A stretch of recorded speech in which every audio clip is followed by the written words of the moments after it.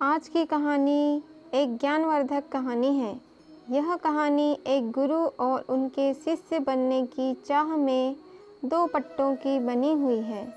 यदि यह कहानी आपको पसंद आए तो इस वीडियो को लाइक एंड सब्सक्राइब ज़रूर करें।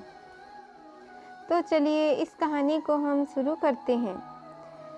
एक जंगल में एक साधु महात्मा रहा करते थे। उनके प्रसिद्धि दूर दूर तक कई राज्यों में तस्वीरें छपी थी। लोग अपने ज्ञान और समझदारी की वजह से उनसे प्रभावित होकर बहुत दूर दूर से उन्हें खोजते हुए इस जंगल में आ गए थे। एक दिन में दो युवा इन महात्मा को खोज इस जंगल में स्थित एक क्षेत्र में हुई, जहाँ पर महात्मा अपना गुरुकुल बनाकर एक बड़ा ही सुंदर रमणीय स्थल बना रहे थे। वे दोनों ही इस महात्मा को अपना गुरु स्वीकार कर अपनी शिक्षा प्राप्त करना चाहते थे। महात्मा ने कई विद्वानों को शिक्षा दे दी थी, लेकिन वे भी किसी भी युवा को शिक्षा देने से पहले उनकी प्रक्रिया पूरी कर चुके थे। इन दोनों दस्तावेजों को महात्मा ने देखा तो उन्हें ये महान घर से लगे और उनकी परीक्षा ली। महात्मा ने दोनों पक्षों से कहा कि मैं अपने शिष्य के लिए एक शर्त जरूर बनाऊंगा, लेकिन उसके लिए मेरी शर्त पूरी करनी होगी। महात्मा ने गुरुकुल के कक्ष में रखी दो कबूतरों की मूर्तियों के टूटे हुए टुकड़े को एक एक थमाते हुए कहा, इन कबूतरों के टुकड़े को तुम जीवित कबूतर ही मानो और हथियार मानना चाहते हो। जब भी कोई नज़र न आए तब इन कबूतरों की कब्रों में से एक मरोड़ मॉड्यूल देना। जब तुम ऐसा करने में सफल हो जाओगे तो मेरे पास चले आना। दोनों टुकड़ों ने अपने अपने कबूतरों को ध्यान से देखा। दोनों ही कबूतर बहुत सुंदर से और उन पर बहुत अच्छे से रंग और टापियाँ बनी हुई थी। दोनों के मन में विचार आया कि गुरुजी हमारी इतनी आसान परीक्षा लेकर आखिर हमें क्या सिखाना चाहते हैं। दोनों अपने अपने कबूतर लेकर अलग अलग दिशा में चले गए। एक युवा जंगल में कुछ दूर चला गया।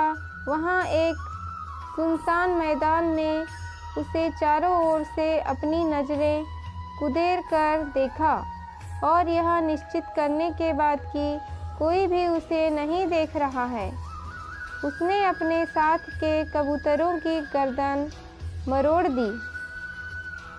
वह वापस गुरु के पास चला गया। दूसरा लड़का भी जंगल में दूसरी तरफ एक सुनसान जगह पर पहुंचा और एक पेड़ के नीचे खड़ा होकर हर तरफ से नजरें घुमाकर देखने लगा। जब उसने कबूतरों की गर्दन मरोड़ लगाई तब उसकी नजरें अचानक पेड़ के ऊपर बैठे दूसरे पक्षियों पर पड़ी, क्योंकि ऐसा करते हुए वे पक्षी देख रहे थे, इसीलिए उन्होंने कबूतरों की गर्दन नहीं मरोड़ी। युवा वैज्ञानिक तर्क के बाद झील में छिप गया। वहाँ कबूतरों की गर्दन मरोड़ने की कोशिश करने लगा, लेकिन वहाँ भी उसकी नज़रें कीट पतंगों और मक्खियों पर पड़ी और वहाँ भी उसे यह काम पूरा नहीं कर पाया। फिर कुछ अवलोकन के बाद युवा ने एक जमीन में बड़ा सा गड्ढा बनाया और उसमें उतरकर कबूतरों की गर्दन तोड़ दी। कबूतर की मूर्ति को छूते ही उसने देखा कि कबूतर की मूर्ति उसे देख रही है, इसीलिए उसने कबूतर की मूर्ति को देखा। फिर उसने सोचा कि वह खुद तो तुम्हें ऐसा करती देख रही है, इसीलिए उसने अपनी आँखों पर भी पट्टी बांध ली।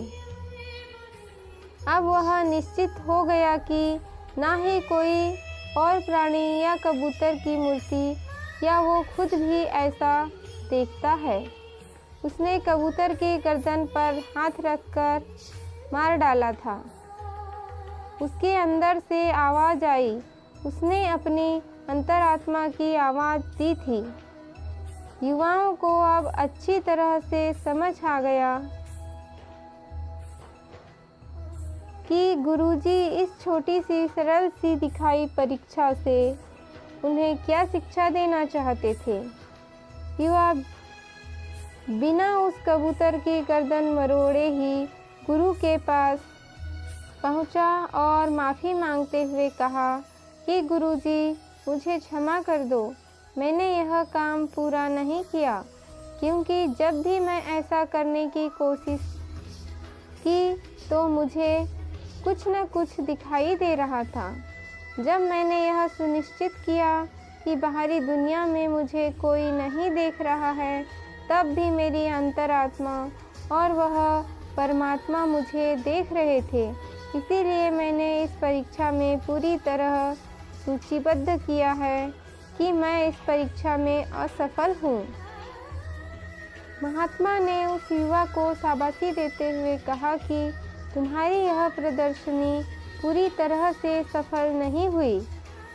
इस कथन से मैं तुम दोनों को यही सिखाता था कि हम जो भी कार्य करते हैं वह उस परमेश्वर से, उस परम शक्ति से कभी नहीं छिप सकती। इसीलिए हमें कोई भी कार्य उस भगवान को ध्यान में रखकर करना चाहिए, और जब हम ऐसा करते हैं तो हम कभी गलत कार्य नहीं कर पाते। हे भगवान, मेरे वीडियो को जो लाइक करें, सब्सक्राइब करें, उनके परिवार को खुश रखना। तो दोस्तों, आशा है कि आपको यह मेरी वीडियो पसंद आई होगी। यदि यह वीडियो पसंद आई हो तो वीडियो को लाइक एंड सब्सक्राइब ज़रूर करें।